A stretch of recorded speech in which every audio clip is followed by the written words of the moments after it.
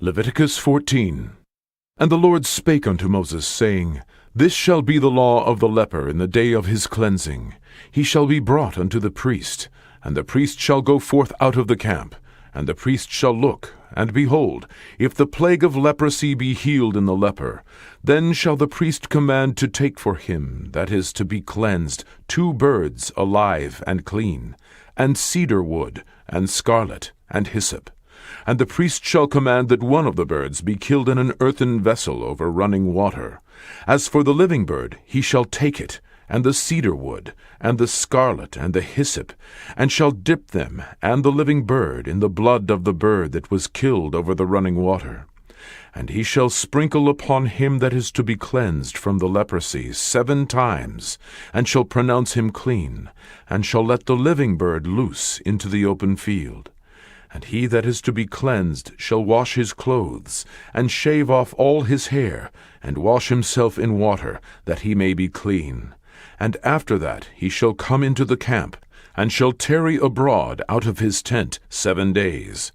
But it shall be on the 7th day that he shall shave all his hair off his head, and his beard, and his eyebrows, even all his hair he shall shave off, and he shall wash his clothes. Also he shall wash his flesh in water, and he shall be clean. And on the 8th day he shall take 2 he-lambs without blemish, and 1 ewe-lamb of the first year without blemish, and 3/10 deals of fine flour for a meat offering, mingled with oil, and 1 log of oil. And the priest that maketh him clean shall present the man that is to be made clean, and those things, before the Lord, at the door of the tabernacle of the congregation. And the priest shall take 1 he-lamb, and offer him for a trespass offering, and the log of oil, and wave them for a wave offering before the Lord. And he shall slay the lamb in the place where he shall kill the sin offering and the burnt offering, in the holy place. For as the sin offering is the priest's, so is the trespass offering. It is most holy. And the priest shall take some of the blood of the trespass offering, and the priest shall put it upon the tip of the right ear of him that is to be cleansed, and upon the thumb of his right hand, and upon the great toe of his right foot. And the priest shall take some of the log of oil, and pour it into the palm of his own left hand. And the priest shall dip his right finger in the oil that is in his left hand, and shall sprinkle of the oil with his finger 7 times before the Lord. And of the rest of the oil that is in his hand shall the priest put upon the tip of the right ear of him that is to be cleansed, and upon the thumb of his right hand, and upon the great toe of his right foot, upon the blood of the trespass offering. And the remnant of the oil that is in the priest's hand he shall pour upon the head of him that is to be cleansed, and the priest shall make an atonement for him before the Lord. And the priest shall offer the sin offering, and make an atonement for him that is to be cleansed from his uncleanness. And afterward he shall kill the burnt offering. And the priest shall offer the burnt offering and the meat offering upon the altar, and the priest shall make an atonement for him, and he shall be clean. And if he be poor, and cannot get so much, then he shall take 1 lamb for a trespass offering, to be waved, to make an atonement for him, and 1/10 deal of fine flour mingled with oil for a meat offering, and a log of oil, and 2 turtle doves, or 2 young pigeons, such as he is able to get. And the one shall be a sin offering, and the other a burnt offering. And he shall bring them on the 8th day for his cleansing unto the priest, unto the door of the tabernacle of the congregation, before the Lord. And the priest shall take the lamb of the trespass offering, and the log of oil, and the priest shall wave them for a wave offering before the Lord. And he shall kill the lamb of the trespass offering, and the priest shall take some of the blood of the trespass offering, and put it upon the tip of the right ear of him that is to be cleansed, and upon the thumb of his right hand, and upon the great toe of his right foot. And the priest shall pour of the oil into the palm of his own left hand, and the priest shall sprinkle with his right finger some of the oil that is in the left hand 7 times before the Lord. And the priest shall put of the oil that is in his hand upon the tip of the right ear of him that is to be cleansed, and upon the thumb of his right hand, and upon the great toe of his right foot, upon the place of the blood of the trespass offering. And the rest of the oil that is in the priest's hand he shall put upon the head of him that is to be cleansed, to make an atonement for him before the Lord. And he shall offer the one of the turtle doves, or of the young pigeons, such as he can get, even such as he is able to get, the one for a sin offering, and the other for a burnt offering, with the meat offering. And the priest shall make an atonement for him that is to be cleansed before the Lord. This is the law of him in whom is the plague of leprosy, whose hand is not able to get that which pertaineth to his cleansing. And the Lord spake unto Moses and unto Aaron, saying, When ye be come into the land of Canaan, which I give to you for a possession, and I put the plague of leprosy in a house of the land of your possession, and he that owneth the house shall come and tell the priest, saying, It seemeth to me there is, as it were, a plague in the house. Then the priest shall command that they empty the house, before the priest go into it to see the plague, that all that is in the house be not made unclean. And afterward the priest shall go in to see the house. And he shall look on the plague, and behold, if the plague be in the walls of the house, with hollow strakes, greenish or reddish, which in sight are lower than the wall, then the priest shall go out of the house to the door of the house, and shut up the house 7 days. And the priest shall come again the 7th day, and shall look. And behold, if the plague be spread in the walls of the house, then the priest shall command that they take away the stones in which the plague is, and they shall cast them into an unclean place without the city. And he shall cause the house to be scraped within round about. And they shall pour out the dust that they scrape off without the city into an unclean place. And they shall take other stones, and put them in the place of those stones. And he shall take other mortar, and shall plaster the house.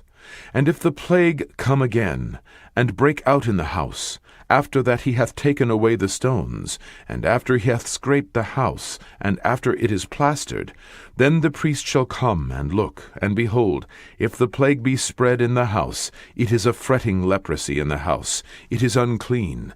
And he shall break down the house, the stones of it, and the timber thereof, and all the mortar of the house, and he shall carry them forth out of the city into an unclean place. Moreover, he that goeth into the house all the while that it is shut up shall be unclean until the even. And he that lieth in the house shall wash his clothes, and he that eateth in the house shall wash his clothes. And if the priest shall come in and look upon it, and behold, the plague hath not spread in the house after the house was plastered, then the priest shall pronounce the house clean, because the plague is healed. And he shall take to cleanse the house 2 birds, and cedar wood, and scarlet, and hyssop. And he shall kill the one of the birds in an earthen vessel over running water. And he shall take the cedar wood, and the hyssop, and the scarlet, and the living bird, and dip them in the blood of the slain bird, and in the running water, and sprinkle the house 7 times.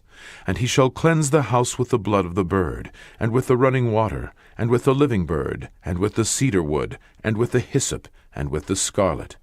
But he shall let go the living bird out of the city into the open fields, and make an atonement for the house, and it shall be clean. This is the law for all manner of plague of leprosy and scall, and for the leprosy of a garment and of a house, and for a rising, and for a scab, and for a bright spot, to teach when it is unclean, and when it is clean. This is the law of leprosy.